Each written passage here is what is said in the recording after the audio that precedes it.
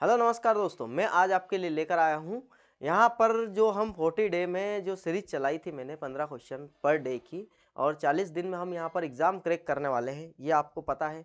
और ये यहाँ पर 10वें नंबर की क्लास है, ये समझ सकते हैं। आज 10 दिन हो चुके हैं भाई, 30 दिन बाकी है और 10 दिन में जो कुछ भी सीखा है हमने उसमें ही हम 30 में से 30 नंबर ला सकते हैं। अगर आपने ईमानदारी से ये 10 क्लास भी ले ली होती तो आज आपको पता लग जाता कि हम 30 में से 30 नंबर यहाँ पर ला सकते हैं और एग्ज़ाम क्रैक कर सकते हैं। और ये आप लोगों का वहम है कि आप सोचते हो कि रीजनिंग बहुत ही सिंपल सब्जेक्ट है, लेकिन नहीं दोस्तों, ये रीजनिंग जो है ये बेहद ही लेंदी सब्जेक्ट है। यहाँ पर क्या है, कुछ क्वेश्चन ऐसे दिखते हैं, 10-12 क्वेश्चन ऐसे हैं जो आपको लगता है कि हम कर पाएंगे और सभी को लगता है कर पाएंगे और कर भी लेते हैं, लेकिन 10-12 क्वेश्चन ऐसे हैं जो हर कोई नहीं कर पाता है। ठीक है, तो उन्हीं 10-12 क्वेश्चनों की चर्चा हम यहाँ हर क्लास में करते हैं। ठीक है, जो 10-12 क्वेश्चन आप कर पाते हो उसके बारे में हम यहाँ पर चर्चा नहीं करते। ठीक है, इस चीज़ का ध्यान में रखना। और मैं क्या बोल रहा हूँ कि अभी नहीं कर पाएगा तो कभी नहीं कर पाएगा भाई। एक गहरी सांस ले, लंबी सांस ले और अपने आप को विश्वास दिला कि भाई अभी समय है, मैं कर लूंगा। ठीक है, और ऐसा नहीं है कि कर लूंगा और भिड़ गया तू यहाँ पर क्वेश्चन करने के लिए और 4-5-7 घंटे 10 घंटे एक दिन बैठ गया ना, वाह खत्म काम। नहीं नहीं, ऐसा नहीं होना चाहिए। यहाँ सिर्फ टारगेट होना चाहिए 10-12-15 क्वेश्चन बस, या तो रीजनिंग के या मैथ्स के, किसी की सब्जेक्ट के उठा लो। 10-12 क्वेश्चन यहाँ पर उठा के स्टार्ट करना हमको। ठीक है, हम बढ़ते हैं हमारे पहले क्वेश्चन की तरफ। भाई देखो, ये क्वेश्चन ऐसे ही क्वेश्चन हमको परीक्षा में देखने को मिलते हैं और ऐसा क्वेश्चन आपको जरूर देखने को मिलेगा। ठीक है, तो इसको कैसे सोल्व करते हैं, यहाँ क्या है, मैं पहले ही क्लियर कर चुका हूं कि मेरा सीधा हाथ दायां हाथ होता है और उल्टा हाथ यहाँ पर बायां होता है। ठीक है, और लेकिन मैंने यहाँ पर आपके लिए सुविधा के लिए लिख भी दिया है। अगर नहीं भी लिखूं तो आप परीक्षा में ये चीज को ध्यान में रखना। किस चीज को, कि दायां सीधे हाथ पर होता है, बायां हमारे उल्टे हाथ पर होता है। और इस क्वेश्चन को सोल्व करने के लिए संख्या क्या है, प्रतीक क्या है, शब्द क्या है, अक्षर क्या है, ये चीजें हमको पता होना चाहिए। स्वर क्या है, व्यंजन क्या है, अगर ये चीजें पता है तो हम इस क्वेश्चन को चुटकियों में कर पाएंगे। कैसे, आइए देखते हैं। अब ये क्या बोल रहा है, ऐसी कितनी संख्या है।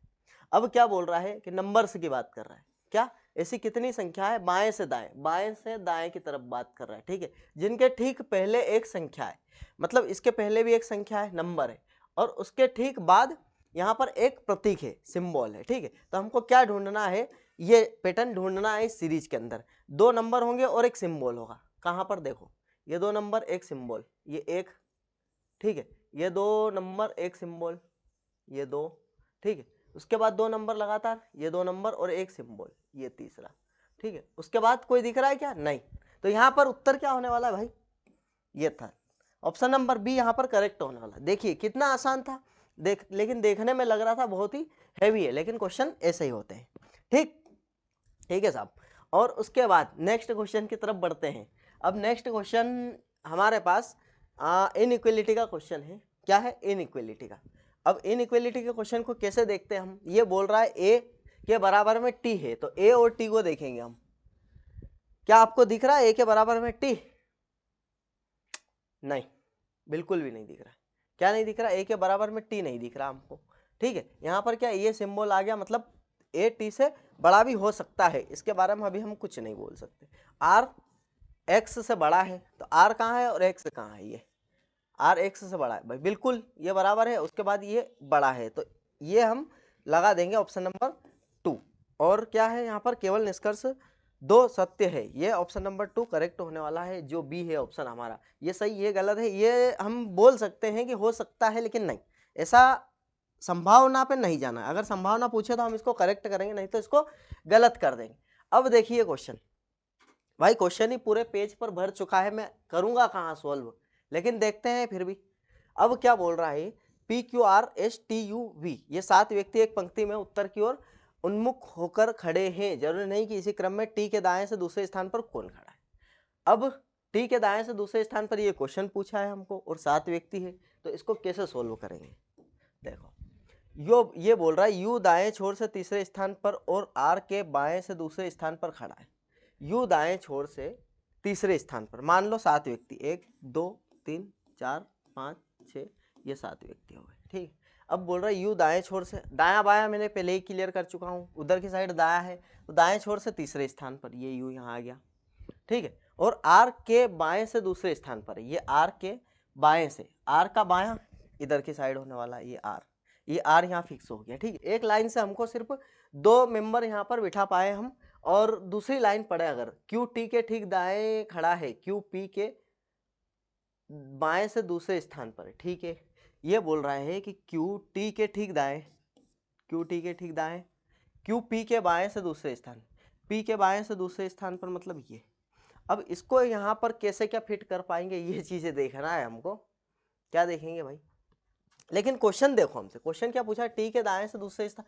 भाई ये जो लाइन है ना, टी के दाएं से दूसरे स्थान पर, यहाँ पर ना तो हमको ये जो पैटर्न है इसको यहाँ पर बिठा सकते क्या, इसको देखें, टी क्यू और पी, बिल्कुल यहाँ पर भी बैठ सकता है, यहाँ पर भी बैठ सकता है, लेकिन यहाँ पर हमको क्लियर नहीं हो पा रहा है कि टी के दाएं से दूसरे स्थान पर कौन खड़ा है। ठीक है, तो ये जो दोनों है ना कथन, ये दोनों कथन गलत होने वाले हैं। यहाँ पर दोनों कथन से हम नहीं उत्तर नहीं बता पा रहे हैं। ये इसी प्रकार का क्वेश्चन होता है, और इसमें क्या है कि आधी अधूरी जानकारी है, और इससे हम जो क्वेश्चन पूछा गया है उसका जवाब देने में असमर्थ है। ठीक है, इसमें हमारी गलती नहीं है, क्वेश्चन ही ऐसा आता है। ठीक, इसको कैसे सोल्व करना है ये मैंने बता चुका हूँ। अब यहाँ पर क्या सिलोज्मा का क्वेश्चन है, सिलोज्मा का क्वेश्चन को कैसे डील करना है। कथन बोल रहा है कुछ कंप्यूटर फोन है, ठीक है, कोई समस्या नहीं, कुछ कंप्यूटर यहाँ पर फोन है, तो हम क्या करेंगे, ये कुछ कंप्यूटर, ये कंप्यूटर, कुछ कंप्यूटर क्या है भाई, फोन है। इसमें क्या डायग्राम से ही होता है, बिना विथाउट डायग्राम से भी हो सकता है, लेकिन उसमें बहुत मेहनत करनी पड़ती है और उससे भी गलत होने के चांस होते हैं। यहाँ डायग्राम जब भी बनाओगे तब गलत होने के चांस बिल्कुल। सभी फोन कैलकुलेटर है, जितने भी फोन है वो क्या है, कैलकुलेटर है, कोई दिक्कत नहीं। उसके बाद सभी कैलकुलेटर आईपैड है, ये सभी जितने भी कैलकुलेटर वो क्या है, आईपैड है। ठीक है, अब देखो निष्कर्ष पे आते हैं। कुछ आईपैड कंप्यूटर है, कुछ आईपैड कंप्यूटर बिल्कुल। सभी कैलकुलेटर फोन है, जितने भी कैलकुलेटर है वो फोन है क्या, इसका मैं नहीं बोल सकता भाई। ठीक है, कुछ आईपैड फोन है, कुछ आईपैड फोन बिल्कुल, कुछ आईपैड फोन है। तो यहाँ पर ऑप्शन नंबर ए और 3, 1 और 3 यहाँ पर सही होने वाला है, बाकी टाटा बाय बाय। ठीक है, अब यहाँ पर देखो सीरीज चल रही है, लेकिन सीरीज क्या चल रही है ये देखो आप, यहाँ पर अल्फाबेट्स में सीरीज चल रही है, एम एम एम एम, तो एम तो आने वाला है इसे, कोई इशू नहीं है। आर के बाद वी, मतलब 18 से इसने वी, हम दो हमारे दो, ठीक है, और यहाँ पर जेड 26 और यहाँ पर डी 4, तो इसका मतलब यहाँ पर क्या 4 4 प्लस कर रहा है, तो 8 हो जाएगा। 8 क्या होगा, एच। एम एच वाले 3 ऑप्शन है हमारे पास, कोई दिक्कत नहीं। एन 14, फिर वी हम दो हमारे दो, क्या है, एन 14, वी हम दो हमारे दो, डी 4 और एल यहाँ पर 12।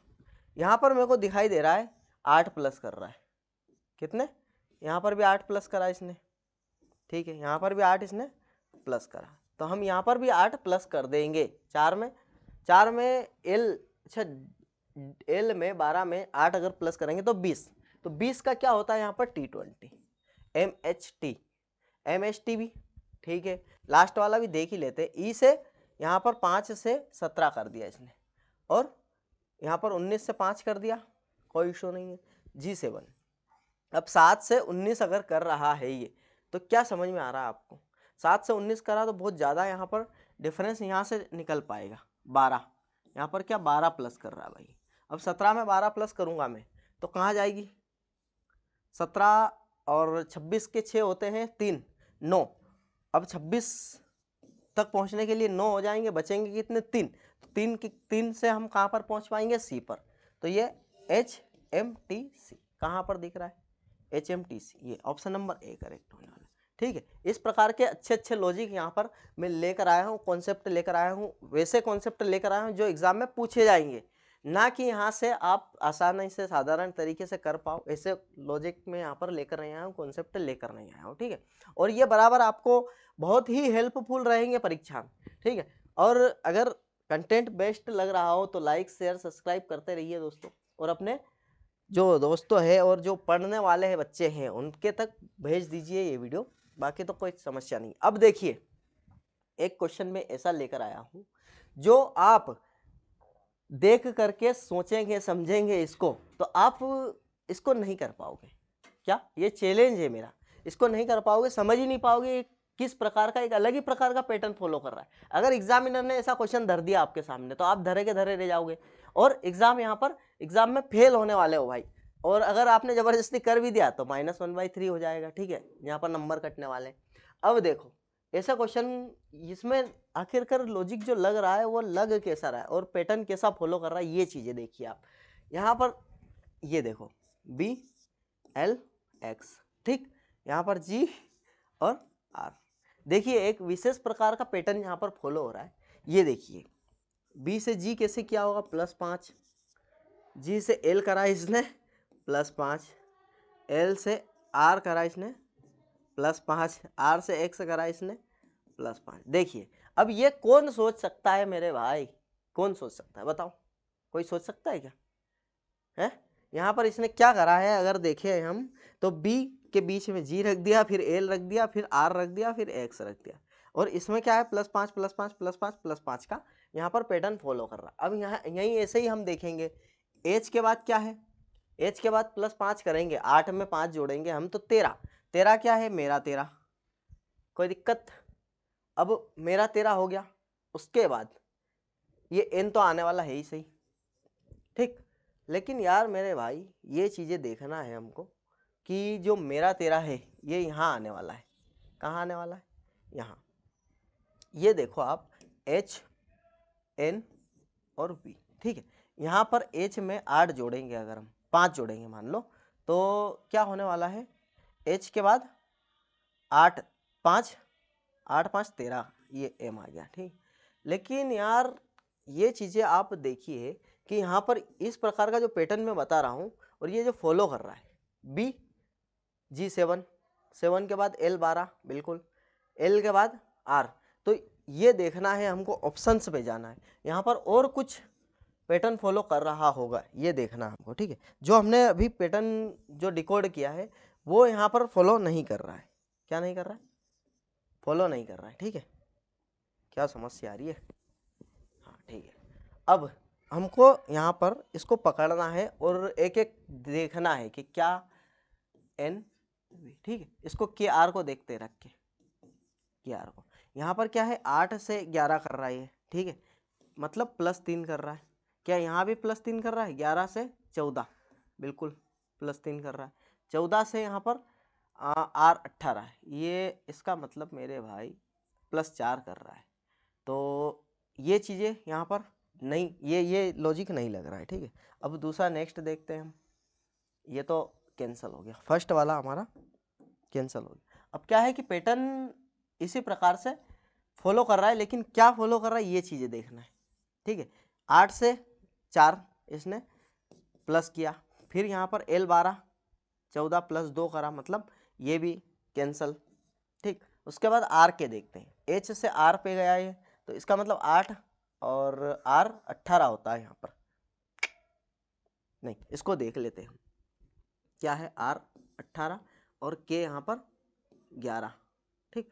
अब यह क्या है कि 8 इसका कोड होता है 8, इसका कोड होता है 14, इसका कोड होता है 22, ठीक। अब यहाँ पर क्या 8 से 18 गया ये, तो 10 प्लस करा इसने।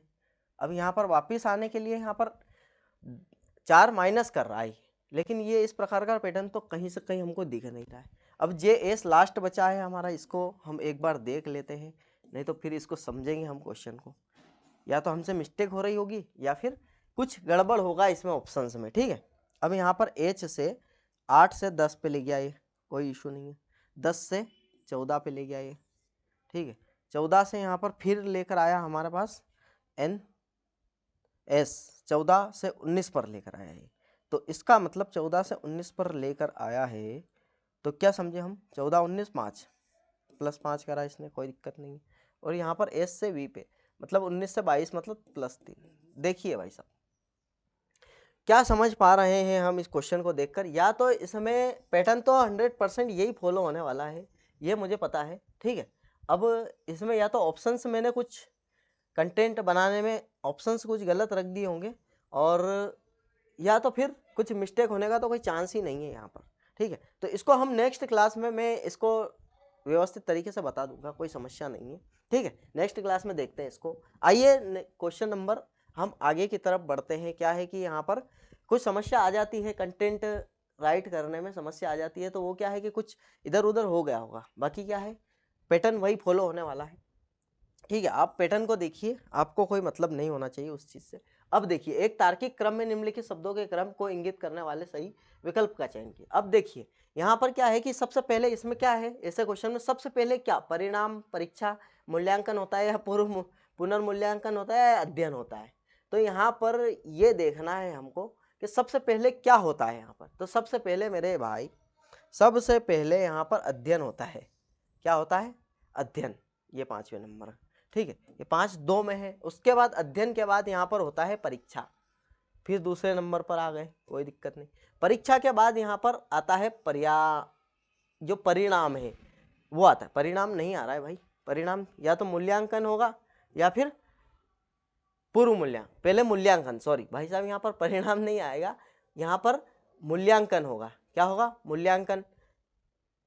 कितने नंबर का है मूल्यांकन? तीसरे नंबर का। उसके बाद परिणाम, और फिर से अगर कुछ समस्या आती है तो पूर्व मूल्यांकन करते हैं। तो ऑप्शन नंबर सी यहाँ पर करेक्ट होने वाला है।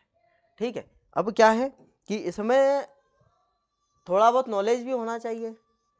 परीक्षा संबंधित अगर पूछ रहा है तो नॉलेज होना चाहिए, तो इस सवाल को हम कर पाएंगे। देखिए क्या क्रम क्या रहा। सबसे पहले अध्ययन करेंगे हम, उसके बाद परीक्षा लेगा, परीक्षा लेने के बाद वो क्या है, एग्जामिनर मूल्यांकन करेगा, मूल्यांकन के बाद हमको देगा परिणाम। अब हमारे एक्सपेक्टेशन के अनुसार अगर नंबर नहीं आए तो हम वापस भेज देंगे उसको कि भाई ये जो मैंने ज़्यादा किए थे आपने नंबर कम दे दिए। तो फिर वो पूर्व मूल्यांकन करेगा, मतलब इसके बाद वापस मूल्यांकन करेगा और फिर रिजल्ट देगा। तो ये पैटर्न सही फॉलो कर रहा है और यहाँ पर ऑप्शन नंबर सी करेक्ट होने वाला है। ठीक है, आगे बढ़े तो ये बोल रहा है कि 67 विद्यार्थियों की एक कक्षा में टीना शीर्ष से 12वें नंबर पर। कोई समस्या नहीं है भाई, शीर्ष मतलब ऊपर की तरफ से। यहाँ पर टीना जो है वो कितने नंबर पर है? 12वें नंबर पर है। कितने नंबर पर है भाई? 12वें नंबर पर है। ठीक है, और उसका मित्र ऋषभ नीचे से 26वें नंबर पर है। नीचे से ये 26वें नंबर पर है। ठीक है, कौन? ये ऋषभ पंत की नहीं बात हो रही है, सिर्फ ऋषभ ही है यहाँ पर। ठीक है, अब टीना और ऋषभ के बीच कितने बोल रहा है, कोई इशू नहीं है। इधर देखिए आप, 12वें नंबर पर ये है, 26वें नंबर पर ये है। ठीक है, तो 26-12 कितने हो जाएंगे टोटल? 26-12 अगर जोड़े हम तो 8-3 38 हो जाएंगे। ठीक है, 38 अगर 38 67 में से हम घटा दें, क्या घटा दें? 67 में से 38 घटा दें यहाँ पर, तो 17 8 9 और 5 3 2। ठीक है, 29 कितने? 29 यहाँ पर सही होने वाला है। डायरेक्ट यहाँ पर निकल पाएगा कि इनके बीच में क्या है, कितने हैं। ठीक है, यहाँ पर क्या है, जितने हैं उसमें से घटा देंगे दोनों की संख्या, जो प्लेस वैल्यू है वो, तो यहाँ पर उत्तर हमारा आ जाएगा। ठीक है, अब अंकिता एक लड़की है, परिचय अपने पिता की इकलौती बहन की दूसरी पुत्री के रूप में कराती है। अब देखिए क्या क्वेश्चन घुमाया है एग्जामिनर ने। अगर मान लो परीक्षा में ये क्वेश्चन आ जाता है तो आप कैसे डील करेंगे इसके साथ, कैसे डील करेंगे? देखिए, अब अंकिता है एक लड़की, अंकिता एक लड़की का परिचय, मतलब जो अंकिता है वह एक लड़की का परिचय। तो मैंने क्या बोला कि जो मेन बंदा है वो अंकिता है। क्या है? अंकिता। अपनी स्टाइल में इसको पहले नीचे लेकर आओ। कहाँ पर? यहाँ। ले अंकिता तू यहाँ आ जा। अंकिता यहाँ आ गई, अंकिता सबसे पहले लिख दिया, जो परिचय करवा रहा ना उसको सबसे पहले। ठीक है, अब एक लड़की का परिचय कराया, अपने पिता की, मतलब इसके अंकिता के पिता की बात हो रही है यहाँ पर। ये पिता की एकलौती बहन, पिता की एकलौती बहन, ये बहन। ठीक है, ठीक है, ये प्लस है पिता। बहन की दूसरी पुत्री, बहन की पुत्री है कोई। ठीक है, ये पहले नंबर की पुत्री, ये दूसरे नंबर की पुत्री, कोई दिक्कत नहीं है। अब दूसरी पुत्री के रूप में वह कराती है, मतलब ये दूसरी पुत्री के रूप। अब ये जो अंकिता है, अब पूछ क्या रहा है कि वह लड़की अंकिता के पिता से, पिता की, अब अंकिता के पिता की बात कर रही है, पिता की है, क्या है? पिता की। अब पिता की बहन की लड़की, क्या बोल सकते हैं? भांजी। क्या बोल सकते हैं भाई? भांजी। ये देखो, अब क्या है कि आप अपना जो नॉर्मल सा दिमाग है लगाने जाओगे तो ये क्वेश्चन नहीं होगा। ठीक है, अब इसमें क्या है, आपको समझ ही नहीं पड़ेगा कि लड़की रखूं कि अंकिता रखूं, अंकिता का पिता रखूं। ठीक है, यहाँ पर क्या है, जो बोल रहा है ना उसको ही सबसे पहले लेकर आओ और उससे ही सब हो जाएगा काम। जैसे मैंने बताया, 1-2 बार इसको रिपीट करना और देखना तो समझ आ जाएगा। ठीक है, अब क्या है, बढ़ते हैं हमारे नेक्स्ट क्वेश्चन की तरफ। ये कोडिंग डिकोडिंग का क्वेश्चन है भाई। अब देखो सिंबल लिखा हुआ है, लेकिन यहाँ देख रहा हूँ मैं तो ये कि ये वर्ड यहाँ पर रिपीट करे, बस इधर उधर कर दिए इसने। अब इधर उधर कैसे करे हैं, वैसे इसमें भी इधर उधर करना हमको। अब ये क्या है, एल जो है लास्ट वाला इसने फर्स्ट में रख दिया था, हमको यहाँ लास्ट वाला जो डी है वो फर्स्ट में रखना है। कोई दिक्कत होनी नहीं चाहिए। फिर ये जो ओ है लास्ट, ये क्या है, ओ है, इसको जो मतलब जो सेकंड लास्ट है उसको यहाँ सेकंड फर्स्ट मतलब आई रख दिया इसने। तो डी आई वाला कहाँ पर है, ये दो डी आई वाले हैं, कोई दिक्कत नहीं है। उसके बाद ये एम जो है ये कहाँ पर है, इधर से देखिए शुरू से 1 2 तीसरे नंबर पर, तो यहाँ पर 1 2 तीसरे नंबर पर क्यू आ रहा है, तो क्यू रख दूंगा मैं, डी आई क्यू, ये ऑप्शन नंबर 2 यहाँ पर करेक्ट होने वाला है। ठीक है, अब ये क्या है कि पूरा करने की जरूरत नहीं है, इसे पूरा कर सकते हैं, लेकिन यहाँ पर ऑप्शन हमारा मिल गया है और आंसर मिल गया है, तो यहाँ पर पूरा करने की जरूरत नहीं है। ठीक, एग्जाम में अपना टाइम बचेगा अगर ऐसे करेंगे तो। ठीक है, यहाँ पर टाइम भी बचाना है हमको, इतना कोई विशेष टाइम मिलता नहीं है, 90 मिनट मिलते हैं, लेकिन क्वेश्चंस भी अच्छे भर भर के देता है, कोई इशू नहीं है। ठीक है, अब उस व्यक्ति का विकल्प का चयन कीजिए जो तीसरे पद से उसी प्रकार संबंधित है जैसे दूसरा पद पहले पद से संबंधित है।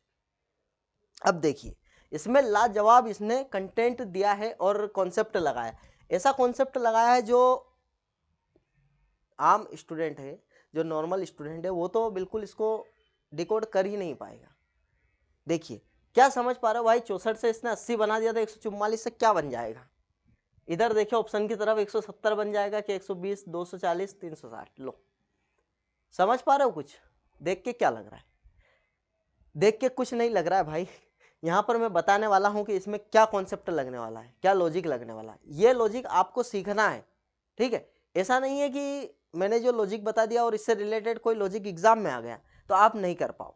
इसमें अपना क्या है कि दिमाग के जो कल पुर्जे हैं वो खोलने वाले हैं। यहाँ पर परीक्षा में जो क्वेश्चन आएंगे वो कैसे कर पाएंगे भाई, यहाँ करेंगे और उससे रिलेटेड सोचेंगे, और उससे रिलेटेड अगर वहाँ आ गया तो हम कर पाएंगे, नहीं तो नहीं कर पाएंगे। अब देखिए ये 8 का स्क्वायर दिख रहा है क्या आपको, 64 दिख रहा है, 8 उठी 64 होता है। ठीक है, इसमें 8 में 10 का गुणा करा है भाई ने और बनाया है 80। अब ये कौन सोच पाएगा भाई, देख के लग रहा था कि ऐसा हो पाएगा। ये 144 किसका है, 12 का। इनको देख के 144 को देख के जरूर लग रहा था कि 12 का स्क्वायर है ये। अब 12 का स्क्वायर 144 है, तो 12 में 10 का गुणा करेंगे हम, तो क्या आने वाला है 120। ऑप्शन नंबर बी करेक्ट होने वाला है। ठीक है, ऐसा एग्जामिनर एग्जाम में क्वेश्चन देगा और जरूर देगा। और अपने को क्या समझ में है, तो ये टुच्चा सा क्वेश्चन, लेकिन यहाँ पर क्या है लॉजिक थोड़ा अच्छा बन जाता है, इसलिए इसमें क्या कर नहीं पाते बहुत सारे बच्चे और नंबर यहाँ पर कट जाते। देखो बढ़ते हैं नेक्स्ट क्वेश्चन की तरफ। अब क्या है, अब देखो भाई साहब, ए और बी एक बिंदु से चलना शुरू करते हैं। अब यहाँ पर एक बिंदु है, ये दिशा दूरी का क्वेश्चन है हमारे सामने। अब एक ए और बी दोनों शुरू करते एक दूसरे के विपरीत दिशा में 12 किलोमीटर चलते। मान लो कि ए इधर की साइड चला और बी इधर की साइड चला, तो अपने एक दूसरे के विपरीत चल रहा है। ठीक है, अब यहाँ बिंदु यहाँ बना लेते हैं हम, 12 किलोमीटर ये गया। ठीक है, ए इधर गया, ये ध्यान रखना, और बी इधर गया 12 किलोमीटर, कोई इशू नहीं है। ठीक है, अब उसके बाद बोल रहा है ए दाएं मुड़ता है। अब ए का मुंह इधर की साइड है, किधर, इधर की साइड, तो दाया नीचे की साइड होगा। दाएं मुड़ के 5 किलोमीटर चलता है, ये 5 किलोमीटर चलेगा। और बी दाएं मुड़ता है, तो बी उधर की साइड दाएं मुड़ेगा, ये 5 किलोमीटर गया। और उसके बाद वे एक दूसरे से कितनी दूरी पर है, अब वे एक दूसरे से कितनी दूरी पर है, तो यहाँ पर दूरी निकालने के लिए कुछ नहीं करना होता है, ये यहाँ पर डायरेक्ट ये देखना है हमको कि यहाँ से वहाँ कितनी दूरी पर है। ठीक है, कितनी दूरी पर है भाई। अब ये निकालने के लिए क्या करना पड़ेगा, ये क्या है 5 किलोमीटर पे, सॉरी मैंने 4 लिख दिया है यहाँ पर, ये भी 5 पे है और ये भी 5 पे। अब यहाँ क्या है, जो बिंदु पर मिल रहे हैं ये मिड पॉइंट है, क्या है मिड पॉइंट। तो यहाँ से हम इसकी दूरी निकाल पाएंगे और यहाँ से हम इसकी दूरी निकाल पाएंगे। तो क्या रहता है फार्मूला, इसका स्क्वायर प्लस इसका स्क्वायर और इन दोनों का अंडर रूट, मतलब 25 और 144। ठीक है, तो यहाँ पर क्या आने वाला 169, मतलब 13 इधर आने वाला है, 13 इधर आने वाला है। इसका मतलब दोनों मिलकर के 26 किलोमीटर दूरी पर है भाई। ये दोनों की दूरी क्या है भाई, 26 किलोमीटर की दूरी पर है। ठीक है, ये कुछ नहीं है, फार्मूला लगा है कर्ण और लंब वाला, जो आप देखते पाइथागोरस थ्योरम का फार्मूला यहाँ पर अप्लाई हुआ है, इससे ही आता है। और आप तो थ्योरम पे मत ना जाते हुए इन दोनों का स्क्वायर करके ना अंडर रूट करना है, बस इसका इतना ध्यान रखना। तो 5 का स्क्वायर कर दिया प्लस 144, मतलब जो 12 है, सॉरी 144 नहीं 12 का स्क्वायर। ठीक है, ये देखो 12 का स्क्वायर और इनका अंडर रूट, बस इतना सा काम करना है, ये निकल कर आ जाएगा। ठीक है, बाकी सोल्व करना तो आपको आता ही है, सोल्व करना क्या सिखाऊं। देखिए क्वेश्चन में ये आपके लिए लेकर आया हूँ। किसके लिए, आपके लिए। और मैं इसका उत्तर आपसे कमेंट बॉक्स में चाहता हूँ। अब क्या है इसमें क्वेश्चन में, या तो इन दोनों से कुछ होकर के ये बन रहा होगा, ठीक है, या फिर इन दोनों से मिलकर ये बन रहा होगा, या इन दोनों से मिलकर कुछ भी हो सकता है, इधर ऐसे वैसे आड़े तिरछे कैसा भी चल सकता है। ये आपके लिए ही लेकर आया हूँ मैं। ठीक है, विशेष आपके लिए क्वेश्चन लेकर आया हूँ, आपको करना है। ठीक है, नेक्स्ट क्वेश्चन देखिए, ये फलक पासे वाला मैंने आपको पहले भी बता चुका हूँ कि क्या बोल रहा है, तब 6 और उसके विपरीत फलक पर संख्या का योग। अब क्या बोल रहा है कि 6 से विपरीत फलक यहाँ पर इसने पूछा है। अब 6 से विपरीत क्या होने वाला है भाई, देखो यहाँ पर जो रिपीट हो रहा है ना, उसको उठाना है। ये रिपीट हो रहा है, मान लो 5, ये 5 को उठा लिया। ठीक है, अब 5 से इधर की साइड अगर चल रहे हैं हम, तो इधर भी इधर की साइड ही चलना होगा। ठीक है, अब 5 से 3 7, और 5 से 8 और 6। अब यहाँ पर क्या पता पड़ पा रहा भाई हमको कि 6 से विपरीत कौन है, 7 है, और इनका योग पूछा है इसने, तो ये 13, ऑप्शन नंबर सी यहाँ पर करेक्ट होने वाला है। ठीक है, आगे बढ़े अगर हम, तो अब खत्म हो चुका है भाई हमारा क्लास। और देखिए आप कि जो क्वेश्चंस मैं लेकर आया था वो इतने बेस्ट क्वेश्चन थे भाई, बेस्ट मतलब यूँ समझिए कि हो सकता है कि आपके एग्जाम में, आपकी शिफ्ट में इस प्रकार के क्वेश्चन देखने को मिलेंगे। ठीक है, और हो सके तो इस प्रकार का जो लॉजिक हमने लगाया है और यहाँ पर कंटेंट लेकर आए, वही के वही एग्जाम में आ जाए। तो इनको क्या है कि बड़े ध्यान से और बड़े प्यार से क्वेश्चन करना है। और क्वेश्चन करने के पहले मैं एक बार फिर से बता रहा हूँ, हर बार बताता हूँ कि जब भी क्वेश्चन करने बैठे ना हम, तो क्वेश्चन को बड़ी आराम से पढ़ना, समझ समझ कर पढ़ना है। तो वो क्या है कि क्वेश्चन अगर आराम से पढ़ेंगे और समझ समझ कर पढ़ेंगे, तो ये समझिए कि 95% क्वेश्चन पढ़ने में ही सोल्व हो जाता है। ठीक है, ये जो हम करते हैं ना बाद में, वो 5% रहता है सिर्फ। अब आप ये कला सीख गए तो किसी भी एग्जाम में फेल नहीं होने वाले। ठीक है, मिलते हैं नेक्स्ट क्लास में। और 40 ही क्लास ऐसी होने वाली है हमारी, ये 10 क्लास 10वें नंबर की क्लास थी।